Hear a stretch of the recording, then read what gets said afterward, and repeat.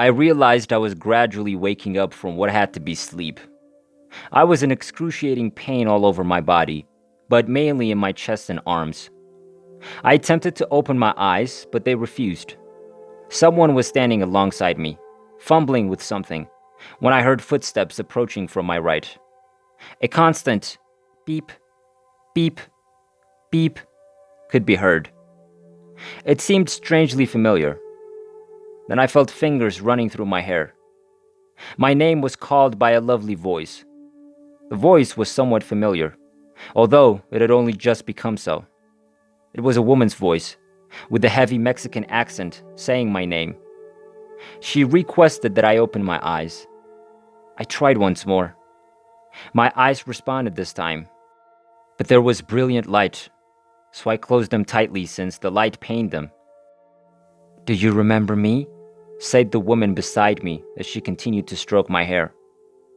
Although I couldn't explain how I knew her, I tried to say the first name that came to mind. "Maria?" I began coughing furiously as the name came out in a croaking whisper. At the same time, my eyelids sprang up long enough to notice hands holding a paper towel in front of me. Maria instructed me to spit, which I did. I was perplexed as to why I had so much mucus in my throat and why it stung so much. The coughing was excruciatingly uncomfortable in my chest. Maria put the paper towel in the trash and ordered me not to move since I was attached to a machine. She stated that she will return to the doctor shortly. I was attempting to adjust my eyes to the light as I watched her leave, and I was faintly aware of another figure standing in the doorway, facing me. I squinted and looked around the room. I could barely see my surroundings because I was legally blind without my spectacles. I was lying in a hospital bed, propped up with pillows or whatever to support my deformed body. I could see a wide window looking into another space, not out into the street, with a large desk or other partition and many hospital employees scattered about it.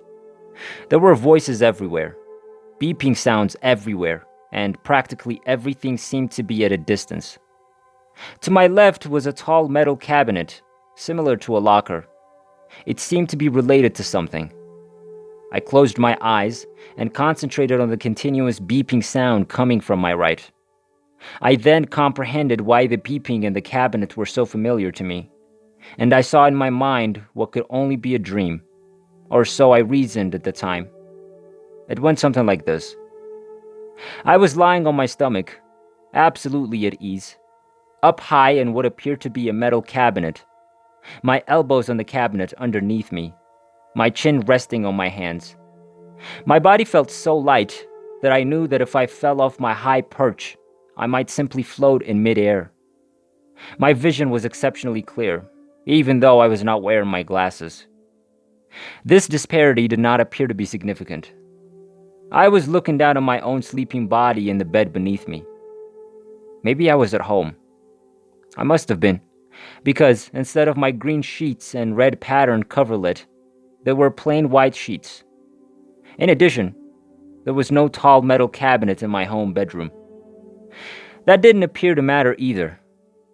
I could hear the beep, beep, beep sound, which was getting quicker, as well as another sound, very clearly, through both ears, despite the fact that I have hearing loss in the right ear. Again, this didn't appear to matter. The sound was like a continuous whoosh, thunk, whoosh, thunk. I was almost below the ceiling, and my toes were brushing against it. I moved my legs to rub my toes against it. I wasn't at home, but I didn't mind where I was. I have no reservations about this. I merely observed without being curious. My body was crushed up in a fetal posture, resting on my back below me, propped up with cushions I couldn't see since they were hidden beneath the sheet. I spotted a tube exiting my mouth.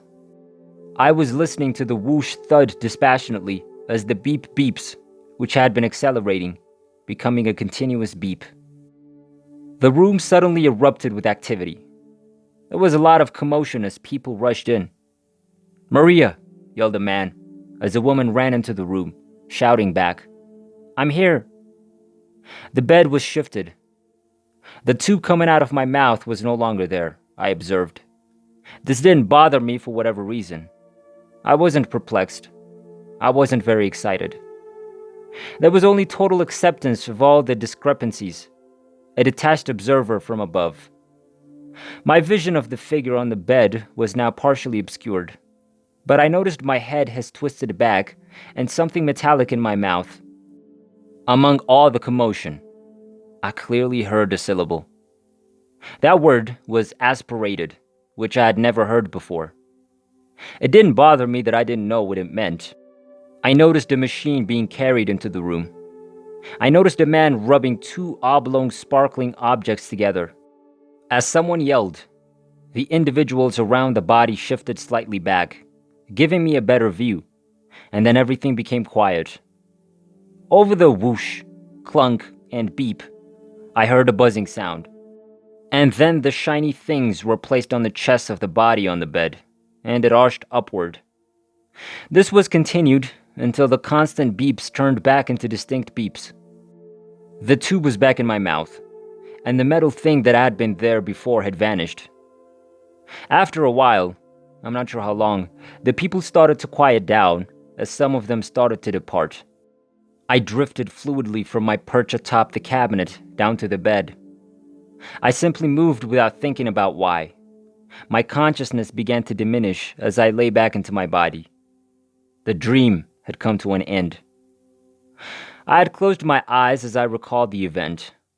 I was completely perplexed. I began when I heard a man speak close by introduce himself as doctor. I don't remember his name. The doctor informed me that I was in Mission Hospital and that I had been in a coma. With a flashlight, he examined my eyes. Without my glasses, I couldn't focus my eyesight. It suddenly dawned to me that in the dream, I had seen perfectly well without glasses. The doctor and Maria talked, but I wasn't paying attention. I was attempting to comprehend the dream. The doctor was about to leave, and Maria was standing at the door. I mentioned her name. She approached me. I stated that I needed to pee. She stated that she needed to take the tube from me. She took it off. It went to a bag attached to the bed to catch my urine. I watched as she unplugged the cords that connected my chest to a machine beside the bed.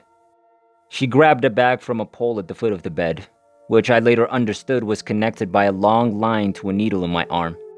As she assisted me to the restroom, she brought me a wheelchair and I held the wires while she held the fluid bag. She told me I was such a beautiful young lady when I was back in bed and the wires were linked to the machine and the bag was back in place. She told me I was lucky to be alive. She said that they had lost me 3 times in the ambulance and that the emergency medical technicians had informed her of this. The paddles had been used 3 times. I didn't know what paddles were. She stated that when the emergency medical technicians arrived, I was breathing weakly on my own, but only for a short time. They had a difficult time getting a vein, according to Maria, and had to pummel my arms. I saw a vivid image of myself on my knees in a whirling sea of black. I had no idea what it meant until Maria told me a few days before that my stomach had been pumped up the 20 or so Vicodin I'd taken. I'd been taking the Vicodin for severe pain since my 1995 car accident. I'd taken them all because I couldn't stand the anguish any longer. After the pumping, charcoal was injected into my stomach, and I vomited. There was more vomiting and more charcoal. When she arrived yesterday morning, I told her that we almost lost you again, and that I had to be intubated. I know this is the correct term now, but at the time I heard incubated. I had no idea what that was, and was too perplexed to ask any questions. I left the hospital concerned about what I now realized was no dream. It's how I knew Maria's name, and how I knew I'd been breathing with the assistance of a machine, why my throat hurt, and why I recognized the tall metal cabinets right once. When I finally examined my chest and arms, they were as black as coal and wounded beyond belief. 4 years later, I was diagnosed with severe fibromyalgia and came to terms with the fact that I would require extremely strong medications, far stronger than Vicodin, for the rest of my life, and even then, the pain, though duller, is always present. I also recently learned what a defibrillator is, what it does, and how it works from a buddy who is a former nurse. She also explained the heart monitor and its beeping, as well as the meanings of the words aspirated and intubated. After all of her questions, she pressed me to tell her more, so I did for the first time. She told me I had a near-death experience and to check up some research on it, which brought me to this website. I find parallels to other people's stories,